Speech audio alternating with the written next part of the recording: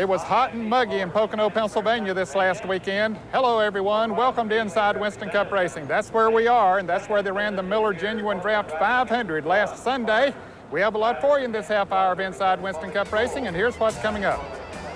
A grinding crash on lap 71 of the Miller Genuine Draft 500 took out several top contenders and left some tempers on the edge.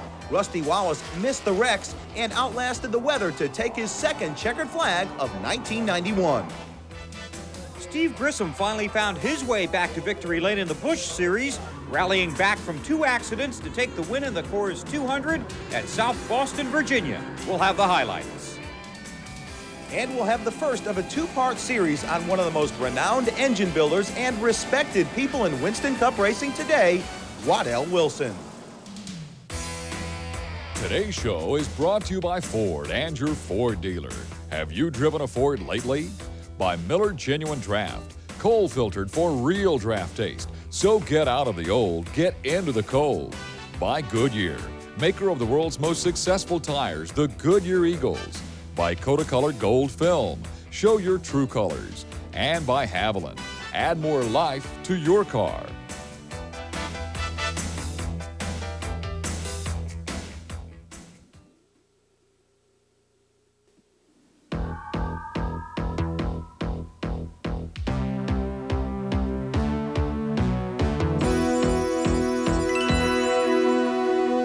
Well, the races here at the Pocono International Raceway are always interesting, usually pretty competitive, but there was some interesting news, Randy, this week that came out of here.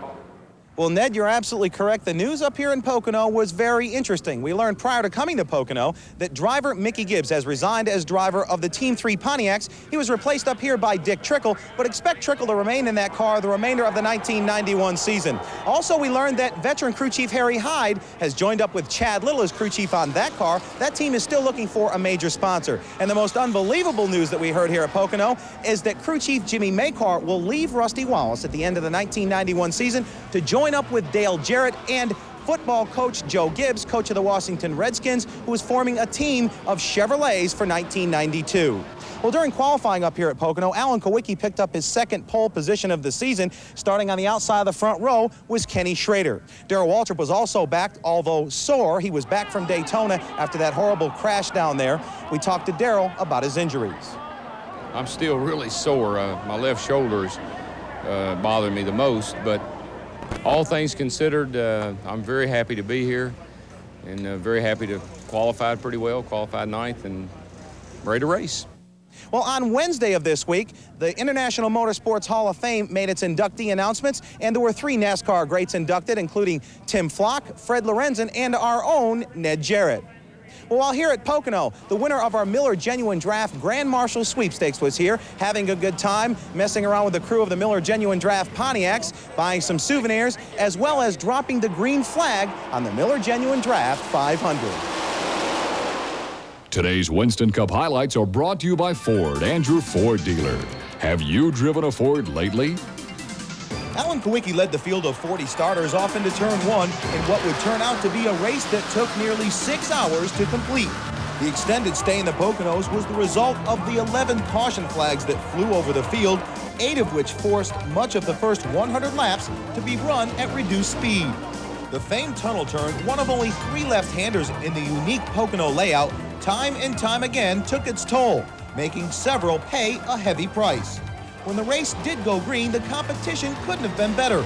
Several drivers had cars capable of carrying them to victory lane, but with continuous caution flags flying, like this one from Michael Waltrip's fiery Pennzoil Pontiac, getting a clear picture on who might put their car in the winner's circle was still developing. Ernie Irvin's Kodak Chevy was in the viewfinder most of the day. Here, Sterling Marlin a lap down, Irvin, Hut Strickland, Ricky Rudd also a lap down, and Rusty Wallace raced into turn 2 on lap 71. Ernie and Hut hit, with Strickland taking the top spot, heading off into turn 3. Rusty Wallace tried to make the move on both, first on Irvin, then on Hut Strickland, but Hut closed the door. Then Ernie went upstairs on Rusty to regain second.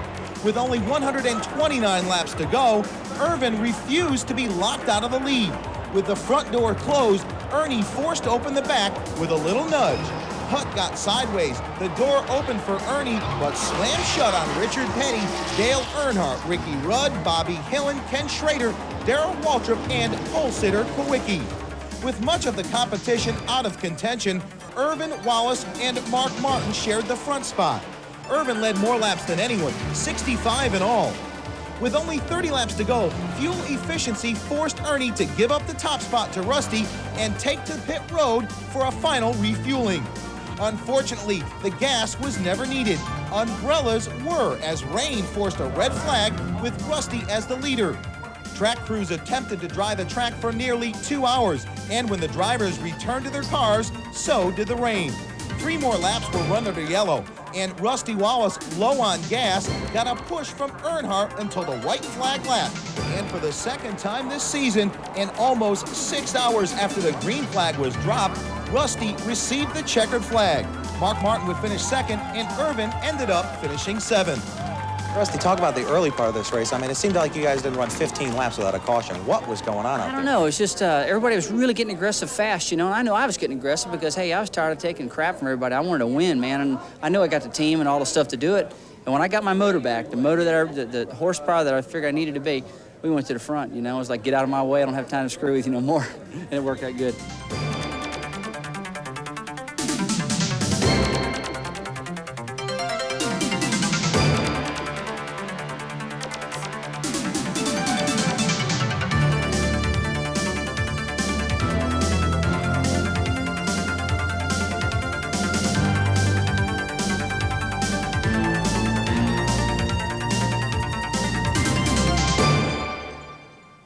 We need to take a short break. Still to come are highlights of the Busch Grand Nationals from South Boston, Virginia, and also we'll have a feature on Waddell Wilson. And as we leave you for this break, here's the balance of the finishing order for the Miller Genuine Draft 500.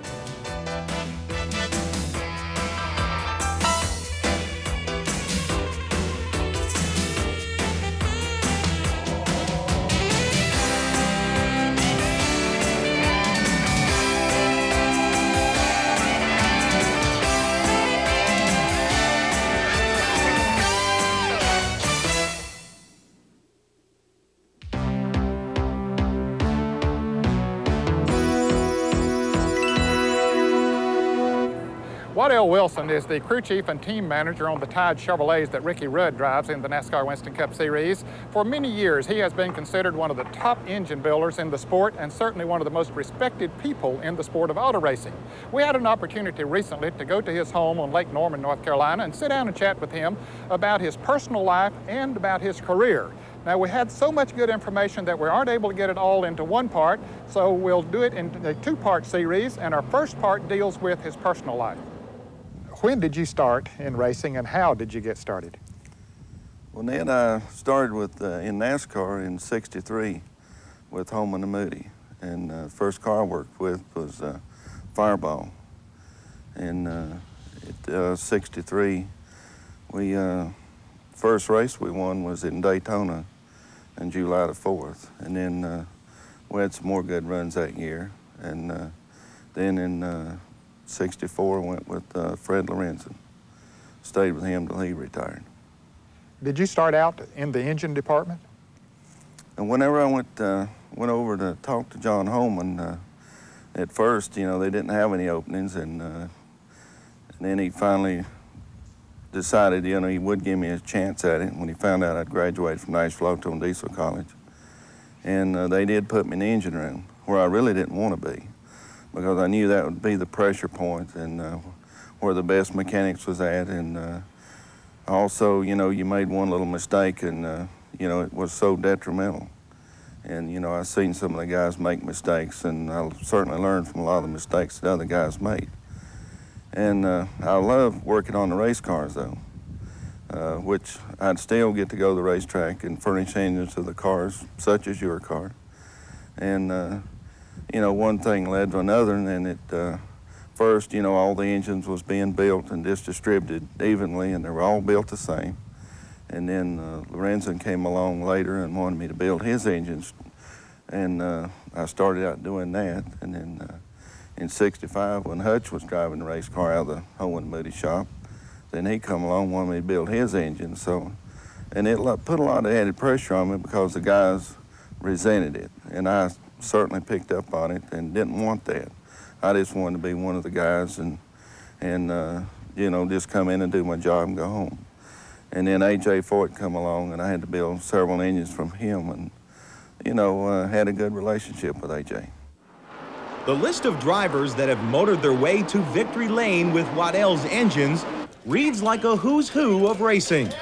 David Pearson, Bobby Allison, Buddy Baker, and Cale Yarborough have all celebrated wins with Waddell. Is there one race that stands out in your mind of all the accomplishments that you've had, or maybe not necessarily a race, something that's happened in the sport that's above all other things? Well, I can think of more minuses and pluses.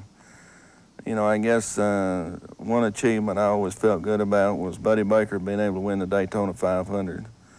And another time at Daytona when Cale was in their Chevrolet and qualifying to flip the car, and they were able to come back with a backup car and win that race, and then come back the next year and win another race with Cale, and that was a big achievement. And I can think of the times, though, that, you know, that I didn't accomplish what I wanted to. Lorenzen wanted to win the Southern 500. I was never able to help him win that. And then Cale wanted to win the World 600, and I worked so hard for him to win that, never accomplished that. And, you know, I think of things like that that hurts more than, I guess, than the wins do, or it makes me feel good. But, you know, we've still had a lot of good wins, and I've enjoyed it. And, you know, racing's been awful good to me. I just thank God that he gave me the ability to do this. With all the accolades and accomplishments throughout his career, when asking his drivers about Waddell, it's not just the power plants that have placed him at the pinnacle of the sport, but perhaps even more pronounced has been Waddell as a person. And I really did enjoy working with Waddell. He's a perfectionist. He's a great guy, and we never had a crossword between us, really, and we just had a lot of fun. But he loves racing. He worked hard at it.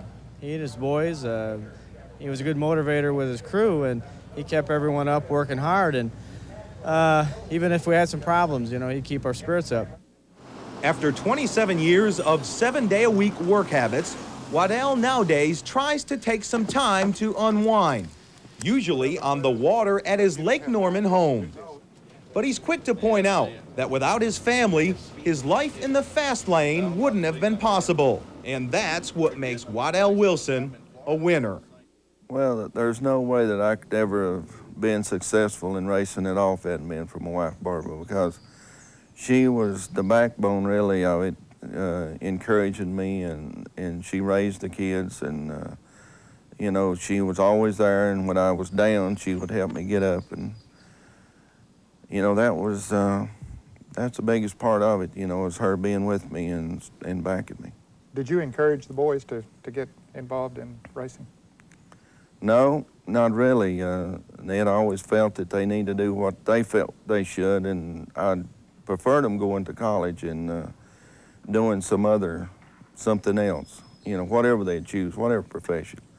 But they hung around me, I guess, and would go to the racetrack, and they got the feel of this, and first thing I know, they wanted to be involved with it, and now they love it. So, you know, Greg and Freddie, they're deeply involved with it, building the engines, and they seem to enjoy it as much as I ever did. And I know it bothers them when they lose, just like it does me.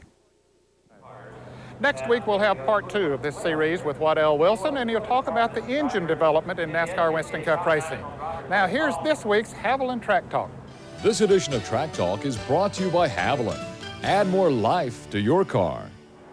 The Talladega Superspeedway, 2.5 miles of high-speed drafting, and with today's restrictor plates, very close competition. The Pocono International Raceway, also 2.5 miles in length, is likewise renowned for some pretty tight racing. But although these two monster tracks cover the same distance, they're as different as night and day. The tracks are similar in size, the major difference being the banking of the turns. Because of that, at Talladega we have to run a restrictor plate and run a lot faster than we do at Pocono. Pocono we run without the restrictor plate, and because of the low banking and the sharp turns there, we run a lot slower through the turns, and it changes the gear ratios. At Talladega, you run basically a 3-to-1 gear ratio. At Pocono, you run basically a 4-to-1 gear ratio. Talladega, you run real stiff springs in the car. Pocono, you run a lot softer springs. You treat Pocono like a short track. Your handling package that's in the car is more like a Wilkesboro than it is like a Talladega.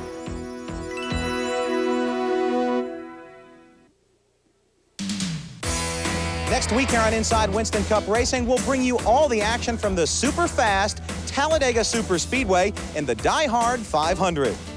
You'll also see the action from the Granger Select 200 Busch Grand National race. Chuck Bound and Steve Grissom waged war at last year's event, with Grissom coming out on top. We'll find out if he can grab 2 in a row at the demanding short track in Dublin, Virginia. In part 2 of our conversation with crew chief and chief engine builder Waddell Wilson, he'll discuss where the Winston Cup engine has been, where it is, and where it is heading in the future. The NASCAR Busch Grand National drivers were in South Boston, Virginia this past weekend on one of the toughest little tracks in all of NASCAR. It was an exciting race. Steve Grissom came home the winner for the first time this year. For the highlights, here's Bill Weber. Todd Bodine earned the pole for the Coors Light 300 by setting a new track record. And as he led the 28-car field through turn 1, it was evident this would be a typical short track affair. Bodine led the first 49 of 300 laps, with rookie Jeff Gordon glued to his bumper. Chuck Bound's cloud of misfortune followed him to South Boston as he and Ed Ferree tangled in turn 2. Bound wrestled his car to a 16th place finish, while Ferree called it a night. Bodine's setup began to sour, and Jeff Gordon showed little mercy as he stole the lead on lap 50. Tommy Houston muscled his way through traffic to a 3rd place finish, but it was Kenny Wallace who appeared to have the strongest ride, leading the most laps while Steve Grissom quietly rode around in the top 5. There were 9 caution flags. Jack Ingram was having a strong run, but got a little too aggressive with Bobby Dotter and created a traffic jam in turn 1. Ingram raced on to finish 5th. Jim Bound's wreck was the most serious. He slammed the front stretch wall, then caught a combination from Cecil Eunice and Bobby Dotter. With the track blocked, Grissom bumped Eunice, damaging his right front. Bound, Dotter, and Eunice were finished, while Grissom jumped back into competition. Once the smoke cleared, it was still Wallace showing the way. But Grissom rallied back to take the lead for keeps on lap 251, holding off the field and grabbing his first win of the season. By finishing 2nd, Kenny Wallace padded his points lead to 91 over Bobby Labonte.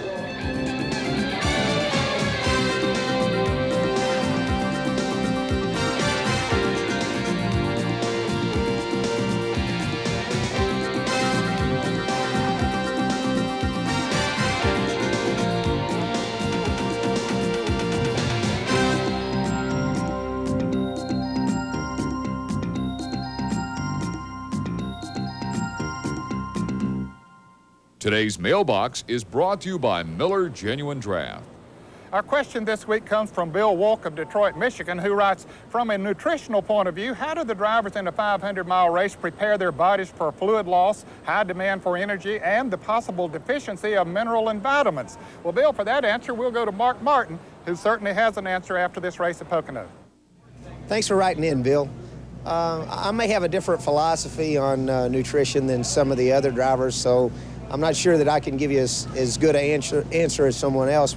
I believe that fitness is a lifestyle, and it's something that you have to live every day in order to be prepared.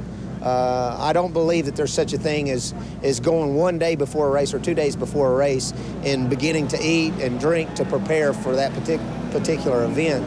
I think that it takes more time to build up over a long period of time, so therefore I try to eat right every day, take in as much fluids as possible. Drinking a lot of water on a regular basis is just healthy, and the more you drink, I think the better off you are. If you have any race questions, you can write to us at Inside Winston Cup Racing, Box 240417, Charlotte 28224. Or you can now call us at 1-900-84-RACES. Charge is $1 per minute, average call 2 minutes. Fans 18 and under, get your parents' permission before calling. If we use your question on the air, you'll receive this embroidered Miller Genuine Draft jacket free.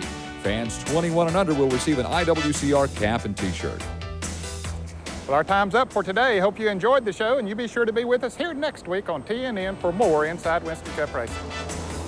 Today's show has been brought to you by Ford and your local Ford dealer. Have you driven a Ford lately? By Miller Genuine Draft, coal filtered for real draft taste. So get out of the old, get into the cold. By Goodyear, maker of the world's most successful tires, the Goodyear Eagles. By Kodacolor Gold Film, show your true colors. And by Haviland, add more life to your car. Inside Winston Cup clothing provided in part by Sports Image Incorporated, suppliers of quality racing apparel. Communications for Inside Winston Cup Racing Crew provided by Racing Radios, Forest Park, Georgia, the official communications of NASCAR. Transportation for Inside Winston Cup Racing provided by Fleetwood Enterprises, makers of a full line of excellent recreational vehicles. And by your Carolina Ford dealers. Nobody outsells Ford in the Carolinas.